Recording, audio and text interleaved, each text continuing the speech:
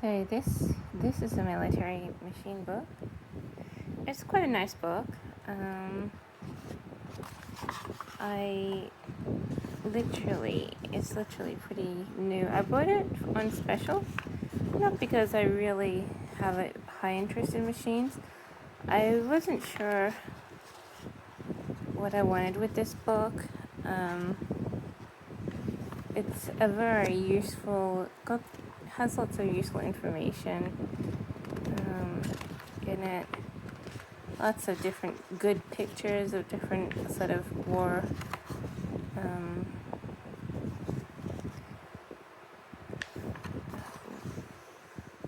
and historic warfare attitudes.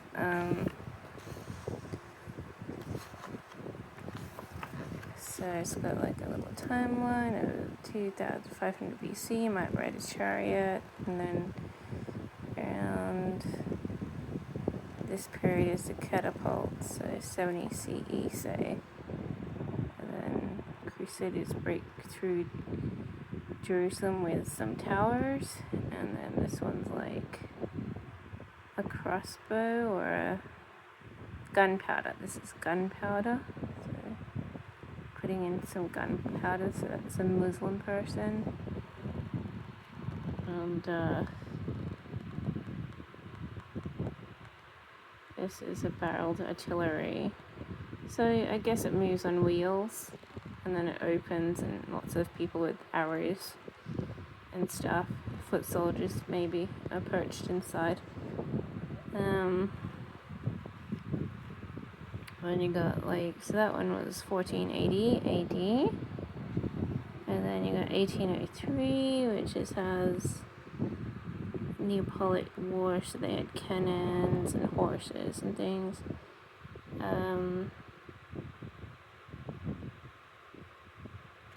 This is a multi-barreled machine gun from the 1860s. From 1916, first combat tank. 1940, German destroyers take action. I guess 1939, the Soviet Union has their own version of tank.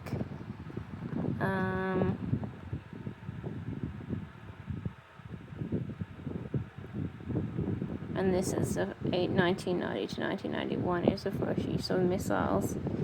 So it's pretty interesting. Military leaders, so you got 356 to 323 BC's Alexander the Great.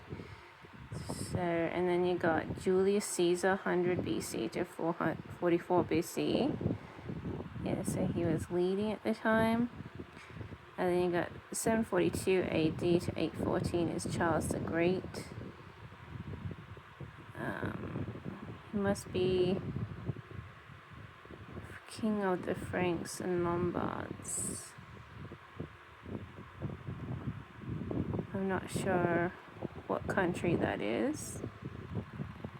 I would assume English, but I'm not sure. Maybe it's like some other European. 1138 to 1193 AD is Saladin conquered Jerusalem and sparked the Third Crusade. Saladin Yusuf ibn Ayub. Anyway, he was buried outside Damascus. What is Damascus? Other people have been buried there, haven't they? 1769 to 1821 is Neapolitan. Oh, that was AD, so French. He died on the island of St. Helena. St. Helena.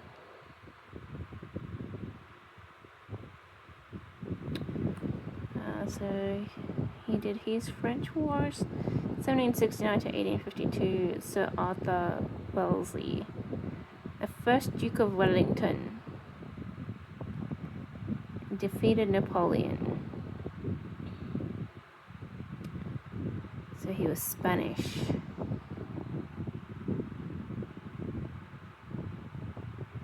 from Ireland. Okay, he's from the UK. Sir Arthur Wellesley defeated Napoleon. 1885 to 1945, George Smith Patterson. Is he American? One of the military leaders most feared by the Germans. His successes in North Africa campaign gave him command in the USA. I was right. Third Army, which played a decisive role in the Battle of Bulge in 1944. So he's a pretty famous American army person. Or the military leader, sorry. Not just an army person. No, these are your distinctive military leader. 1934 to 2012 is Norman Schwarzkopf. Wonder if he's related to people who made Schwarzkopf beauty products. U.S. Army General at the head of the United States Central Command. He led coalition formation Operation Desert Storm in 1991 during the Gulf War, winning a fast and comprehensive victory. Where was the Gulf War situated? In some Gulf. I'm trying to think. Gulf. Russia? No, I don't know. His strong character earned him Stormin' Norman. So he's from the US too. So these two are the more recent. US have been the leading military leader, and then it was UK, and then it was French, and then it was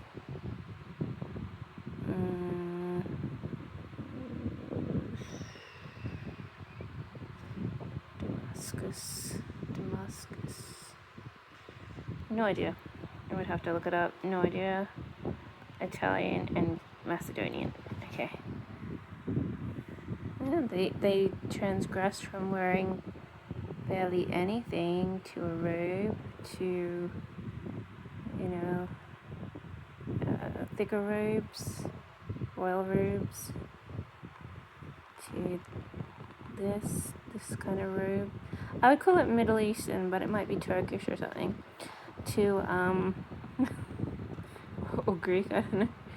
To French, wearing badges. To this, to this, to this. So that's how the uniforms have changed over the centuries. They got chariots in warfare. Yes, everyone used to use them. They used to be fast. They used to be kind of reliable unless you topple one over, and then they're hard to get up. And you used to equip with, I don't know, how many people can fit in a little thing? Up to 5. So they're little moving battalions that were obviously pretty good, because many people used them in ancient history. Some of the first modes of warfare, transportation, moving platforms. So you think of royalty needing to step off their throne to move into the little portable throne, in a way. Anyway, Hittite chariots, yes, they're all made of wood, most likely, and metal. And then the machinery started, so the catapults and all these inventive things that you see on the movies sometime. You haven't seen this for anything but a boat wheel, but this must have been a pretty nifty machine, because look how big it is.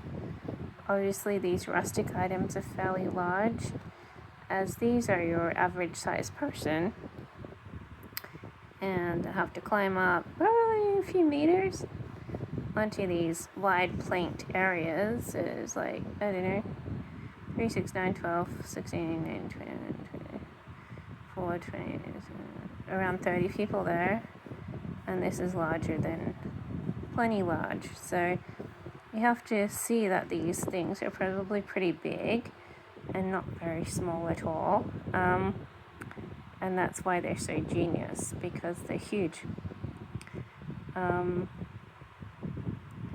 Obviously all these things are the things that could do a lot of destruction. Look at this. Clawed edges. A whole village could fit up these towers. Archers can pour liquid from the top. More archers. A real kingdom of... And then down here is where the people push, I guess, or animals push in a circle to move it. So pretty ingenious. So these are like, you know, four or 5 story apartments, you know. A moving 4 or 5 story apartment. And then you got the Roman siege engines. So these are like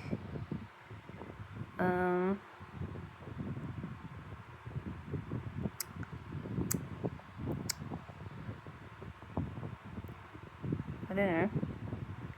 How do they work? You pull this and maybe brake on this. I don't know if this is capable of moving, probably not. And it looks a little bit like an arrow, like it could shoot a very long arrow or shoot little rocks or flaming piles of flaming substance. And so I could imagine this little string here being used to pull something back and then throw it a mile or a kilometer or something. So let's see, it's a Bastilla. Was capable of shooting heavy arrows or stones. See, that's perfectly right. Wow. This one, here's the one that's... You can pull it back, make this, fill this up with hot coals or something, and then it swings it across, so it goes bloop, bloop over this. This is like, you know, where you aim your visuals. Missile launching weapon, because of the way the bag lifted after firing, it was named Wild Ass.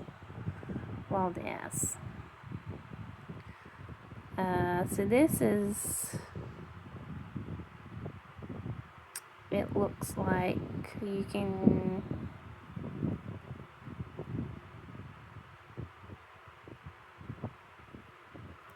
This looks like it can go bloop, bloop, bloop, bloop, bloop. Let's see what it is. Strike the door of a fortification or knock it down. So I was right, it juts out and goes...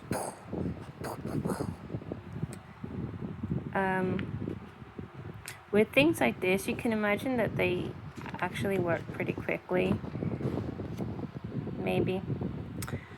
But maybe I'm just imagining. Roman towers against city walls.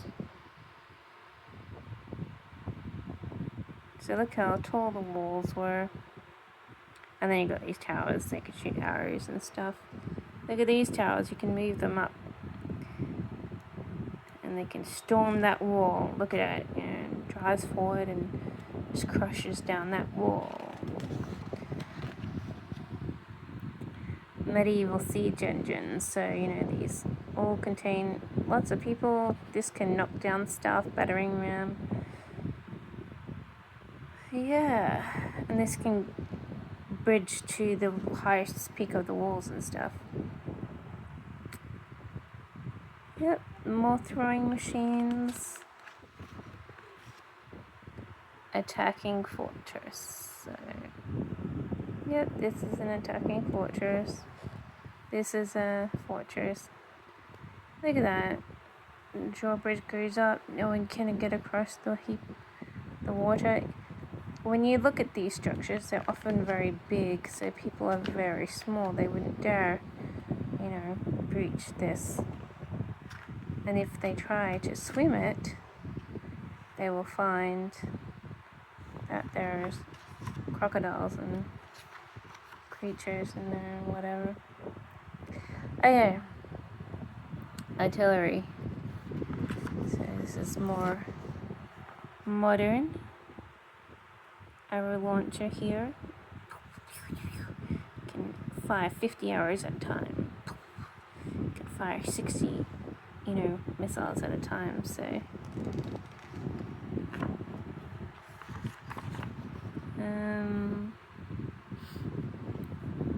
yeah, this is like, firing missiles. Pooh, pooh, pooh, pooh. This is a Paris gun.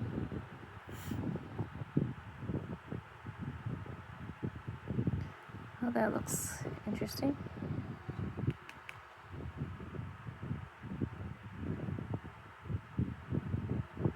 Can shoot shells with 7 kilograms of explosive at 82 miles, 132 kilometers. That's pretty long. So they're practically psychic in these sorts of war. Oh, this has a RIP page. Shoot. Someone paid full price for that. Well, they can forgive the RIP page. As long as I didn't rip it out. And it's got a lot of other stuff. So this is a very interesting book.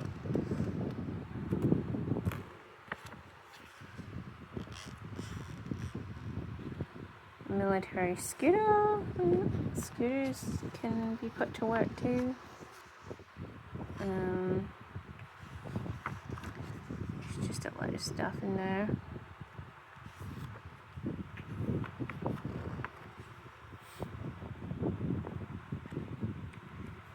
Ingenious. So these are like, just goes on and on until you get to your tank. Tanks is like one of the best weapons in the world, because these sorts of tires can run over just about anything, but they do get stuck sometimes. But you have a high chance of being able to move through different environments with a tank and be pretty safe in stores, because they're virtually like,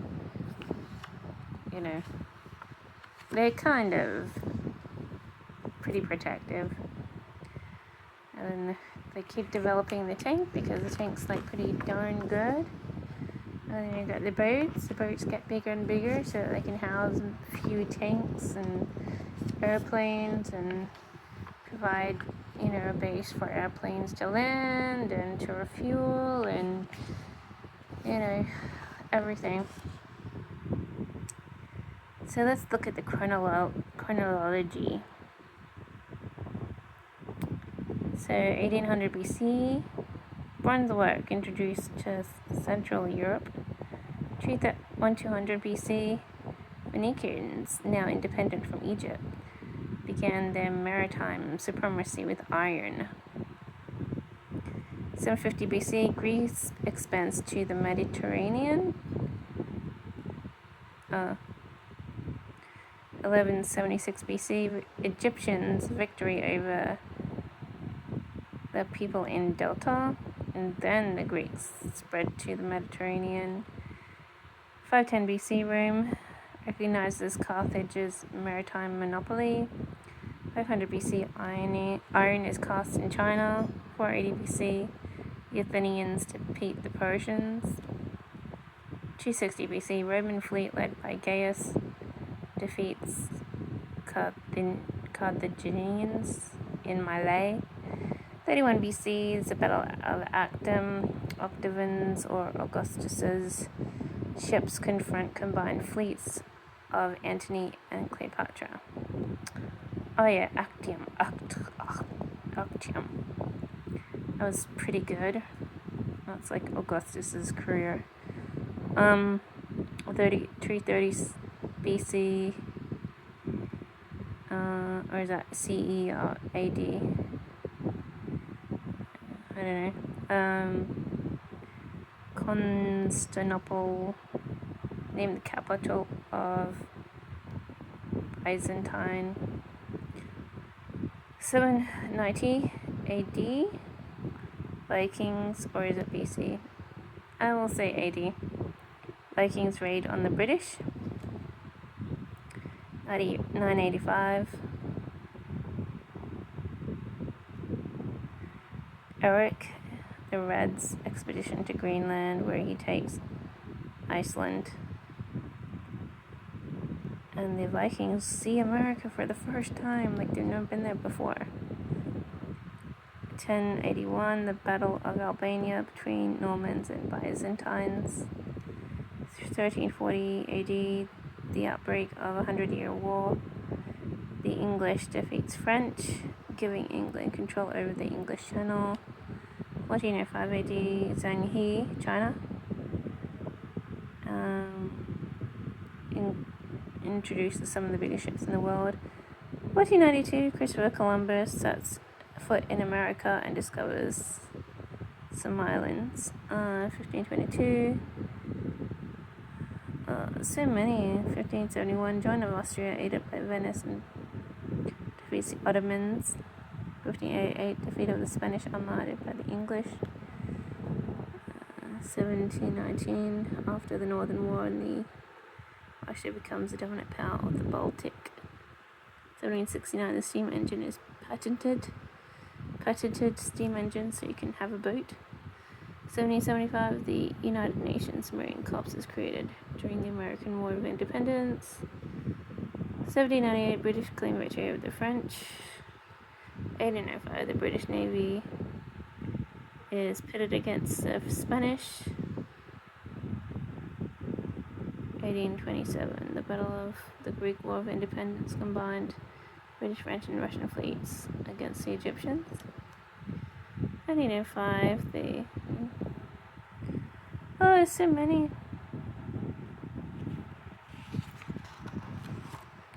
I can't read them all right now. It's very interesting. So what are these great admirals saying here?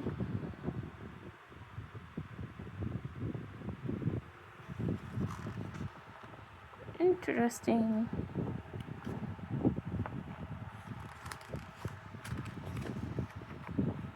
Yeah, it does look a bit like the guy of Pearl Harbor too.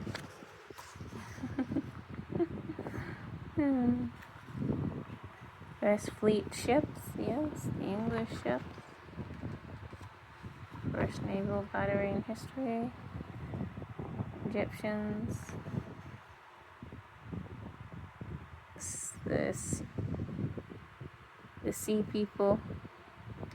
Vikings? I don't know.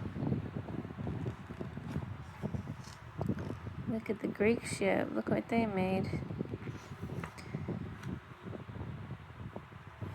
Look at it.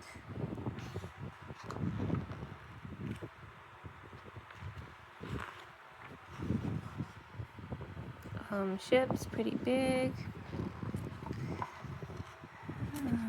So it just keeps going on and on. The whole history of battle. So I'll just flip through it. Whatever you see, got helicopters. Planes. Planes are pretty big. More planes. Planes. Submarines and ships. And ships. There you go. That's what's in that book.